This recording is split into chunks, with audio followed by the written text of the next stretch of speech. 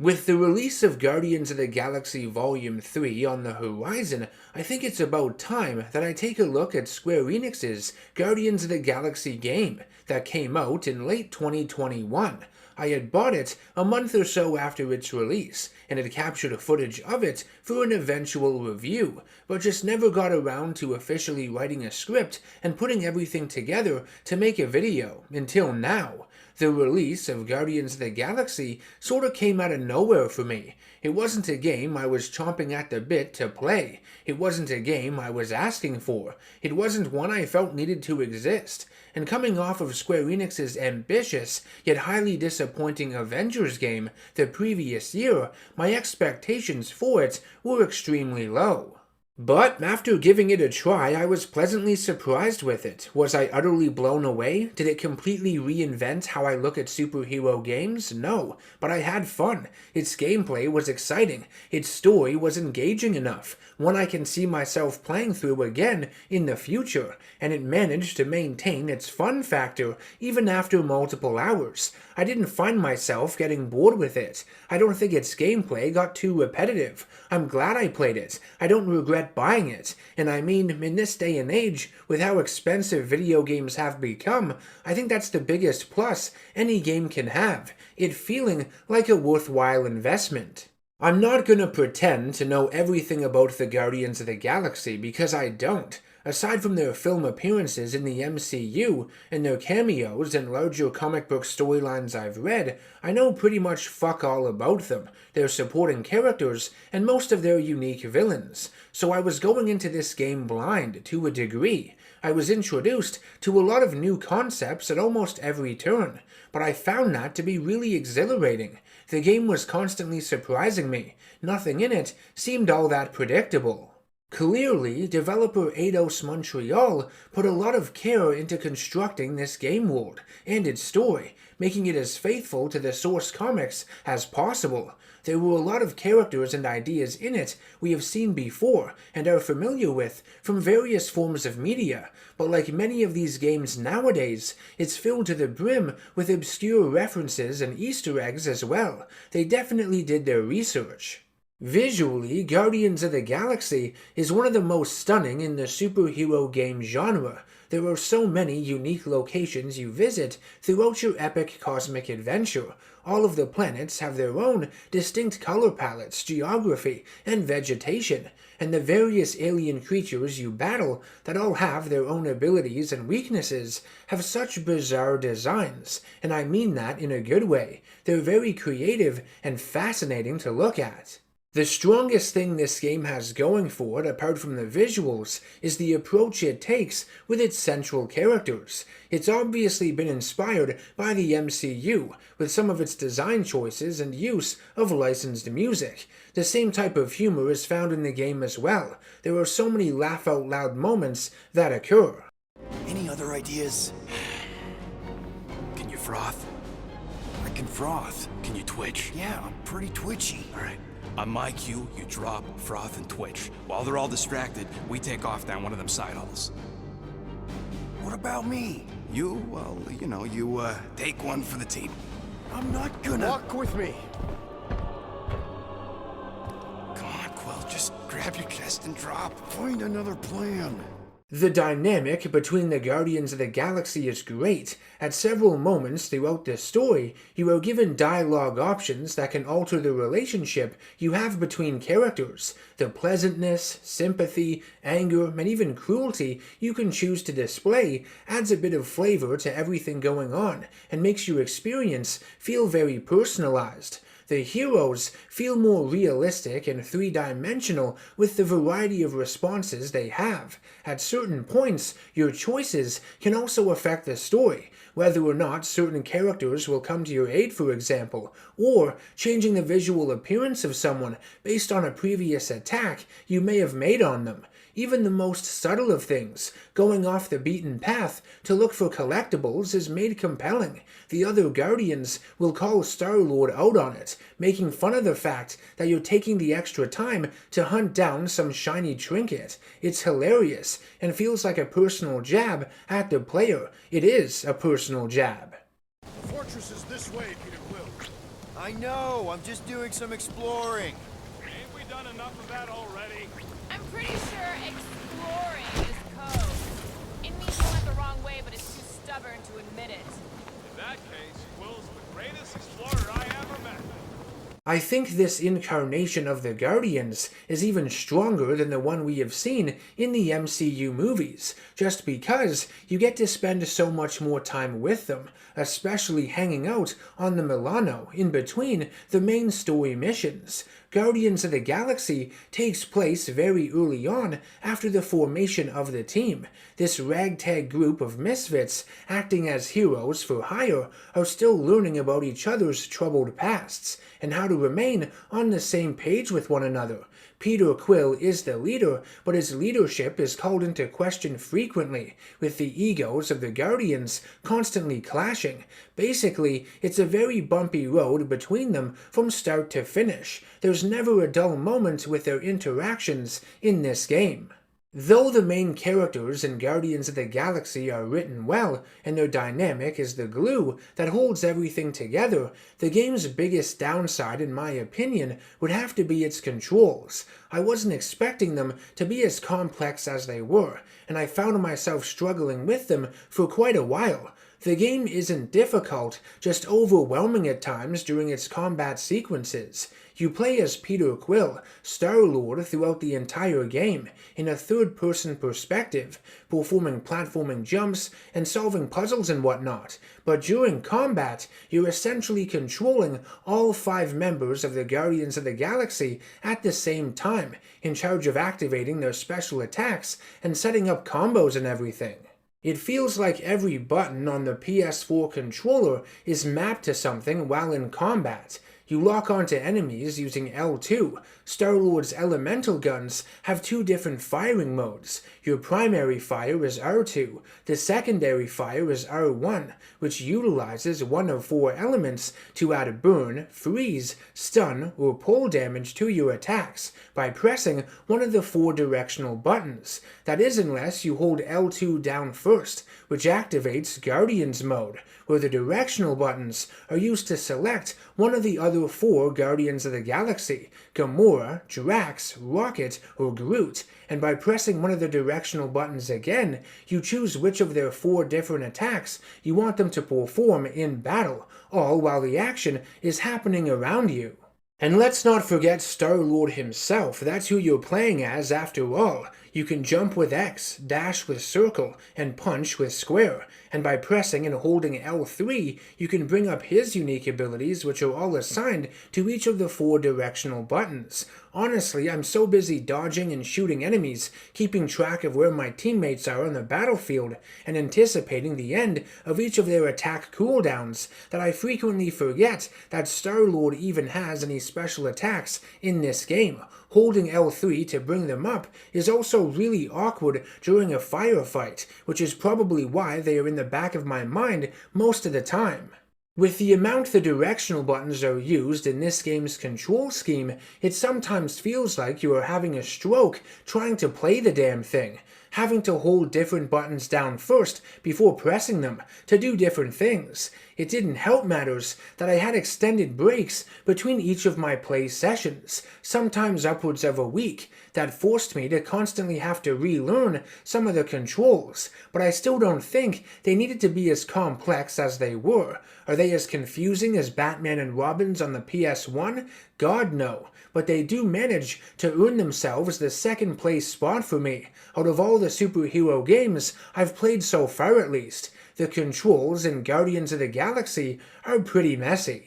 Even though this game's controls get kinda confusing and make the combat sequences overwhelming in areas, by the end of the game you feel incredibly overpowered with the amount of attacks at your disposal once your team is fully leveled up. Star-Lord's upgrades, such as increased health, better shielding, and lower blaster cooldown, can be unlocked using resources at crafting stations with Rocket. Overall, I found Guardians of the Galaxy to be a bit too easy. Yeah, its controls make it a struggle at times, but by the end, the strength of your team more than made up for it. I rarely felt like I had to do much to clear all the enemies out in an area. The rest of the Guardians would basically do it for me. There is this unique mechanic in the game called Team Huddle, which temporarily stops the battle and has Star-Lord give his team a motivational speech when they are seemingly down and out. If you choose the right trigger wards, you will revitalize their spirits and be given a combat boost while some kick-ass tunage plays in the background. It's a great way for the game to build the camaraderie between the main characters through gameplay. I found myself using the Team Huddle less and less as the game went on though, because of how overpowered my team's base attacks became. Combining the abilities of all the characters felt like enough. Their cooldowns were more than manageable, and I rarely needed the combat boost the Huddle gave me.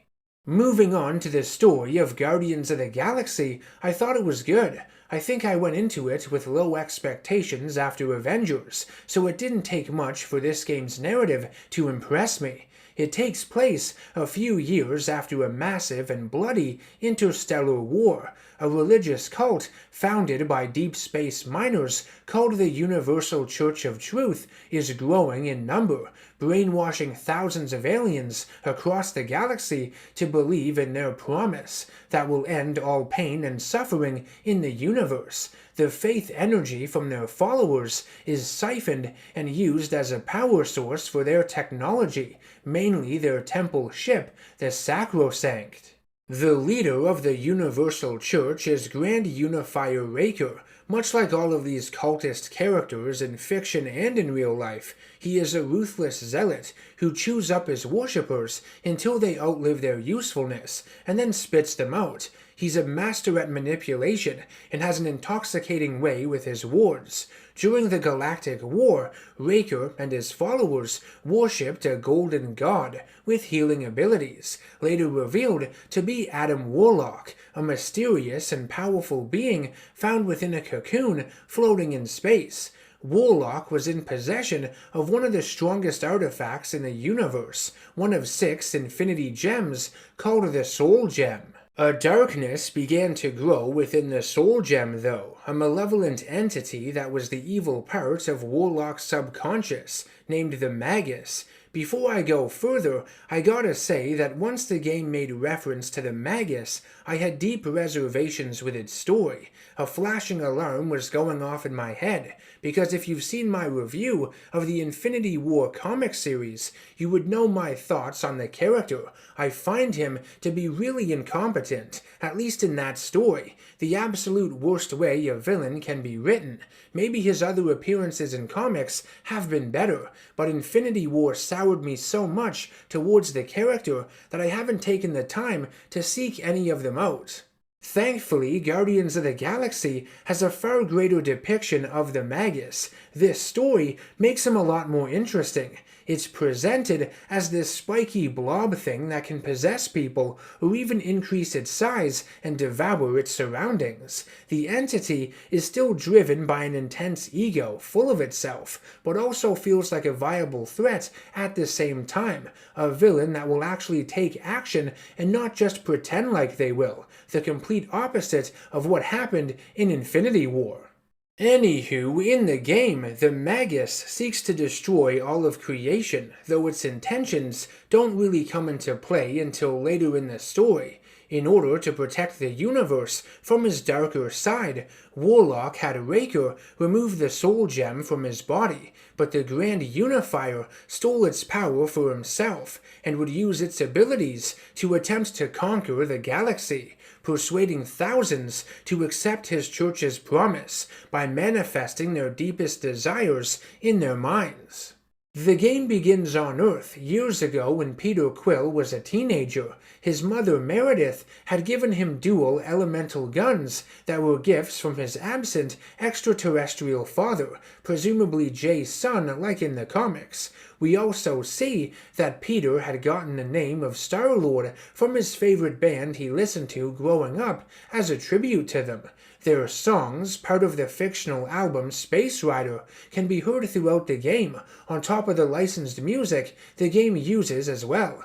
Reminds me of Love Fist from Grand Theft Auto Vice City. Anyways, the Quill farm would be attacked by invading Chitauri warriors, who kidnap Peter and tragically kill his mother. We fast forward years later when Peter is now a member of the Guardians of the Galaxy. He and his team are hired by the Monster Queen Lady Hellbender, a collector of rare creatures, to find one of them located in a forbidden Nova Corps storage sector called the Quarantine Zone, one of the last battlefields of the Galactic War. Star-Lord would end up finding the Soul Gem and inadvertently releasing a dark entity from it that we later come to learn is the Magus. For trespassing, the Guardians are captured by the Nova Corps and taken to one of their ships, Hala's Hope. The frigate is captained by a former lover of Peter's, a Kree named Ko-Rel. Ko-Rel has a daughter, a young cadet named Nikki Gold, and Peter believes he may be her father, though it's later revealed that Nikki's parents had died during the Galactic War, and she was adopted by Ko-Rel. Nikki wore blue makeup to hide her natural skin tone because the Kree are an alien species who deeply value their genetic purity. The Guardians are given 3 cycles to pay their hefty fine to the Nova Corps. Because they are broke as fuck, they go to Lady Hellbender's fortress on the planet Seknarf 9, a world completely ravaged by storms, and try to scam her out of money, selling either Groot or Rocket to her, your choice, and claiming they are rare and terrifying monsters. Hilarious. After selling them, you stealthily steal them back, though shit goes sideways and you have to battle her various minions, one of which is a creature known as the Dweller in Darkness, which I am familiar with from Doctor Strange stories. You end up escaping Lady Hellbender's fortress, but are pursued by the Lethal Legion, galactic bounty hunters led by Captain Glory Lady Hellbender hires to track you down. With their riches, the Guardians travel to a Nova Corps outpost named the Rock to rendezvous with Ko-Rel and pay their fine. When they get there, they find the outpost deserted. Several of its officers had mutinied, started killing each other in the name of the Universal Church and their great promise. Whenever we see someone under the influence of the Church, and by extension the Magus, they are shown to have a purple aura around them. Before the Guardians can reach Hala's Hope, the ship eerily leaves its docking station. Confused and a bit unsettled by the whole situation, the Guardians then fly to Nowhere, the spaceport built inside the head of a dead Celestial, to find its chief of security, Cosmo the Space Dog.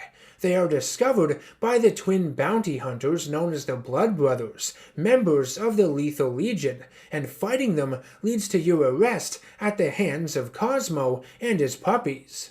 I fucking love Cosmo. He always puts a smile on my face whenever he shows up in the comics. He and his puppies are all adorable here in their little spacesuits. Eidos Montreal did a great job with all of their animations in this game.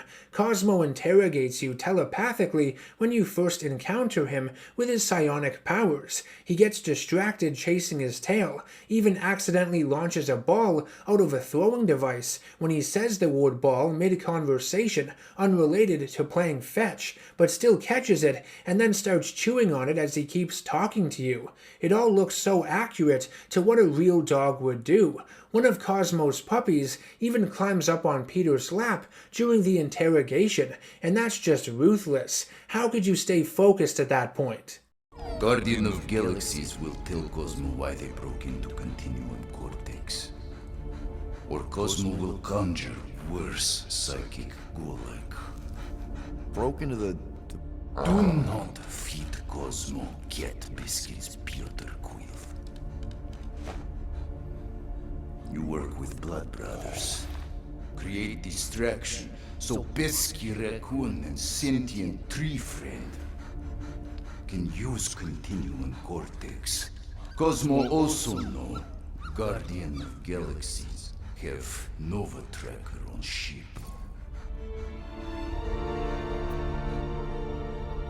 Okay, I'm sure it's just one big misunderstanding. Right? Right. We're here because something happened on the... Guardian of Galaxy were on Nova Rock. Yeah, we went to find Centurion Corral and pay our fine. Why? strange transmissions spreading across galaxy, like rabbits in springtime. Cosmos sent many team to investigate, none return. Now Nova Rock, sending same signal. Guardian of Galaxy will tell me what they saw. The Nova Corps were killing each other. It was like they were drinking funky juice or something. Or joined the cult. Yeah, during that ritual with the priest. They kept talking about a promise. Right away, sir. Fraternity of Raptors. Cult of the Negative Zone. Universal Church of Truth. Whoa, stop. That's them. That old man that's with them. His shuttle exploded on the Hallis Hope. Grand Unifier Raker, leader of the Universal Church of Truths. That name rings bells for Cosmo. His old cult. Very powerful during Galactic War. Now, not so much. You said the rock was transmitting a signal. What if the religion were somehow... And yet, the Universal Church of Truths died with Goldskin God. Let us investigate the Hallis Hope for you. What? You said none of your teams return, right? Seems to me like you're short-staffed. And we want to find out what happened as much as you do. We do. So let us investigate for you. Always a catch, Peter Quill. And not fun kind with ball. Ball.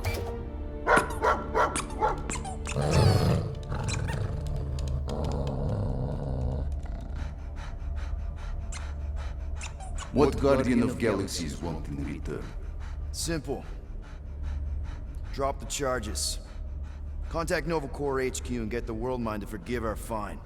Then we'll go. It's not being so easy. Face it, dog breath. You need us. Us? For now. Unless you got someone else stupid enough to go.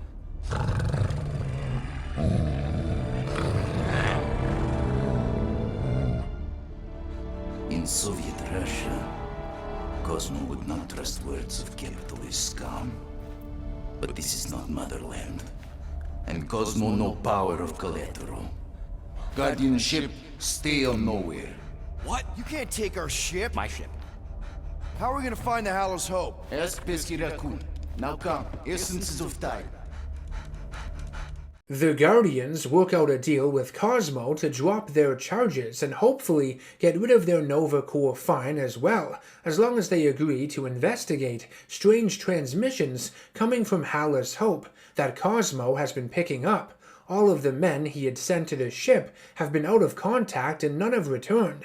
As collateral, Cosmo keeps the Milano on Nowhere and sends the Guardians to Hallis Hope through the Continuum Cortex portal. A giant hand picks them up and carries them through different timelines and realities. There are several Easter eggs here, sound bites that reference the Hulk, Spider-Man, Captain America, and Thanos, among others.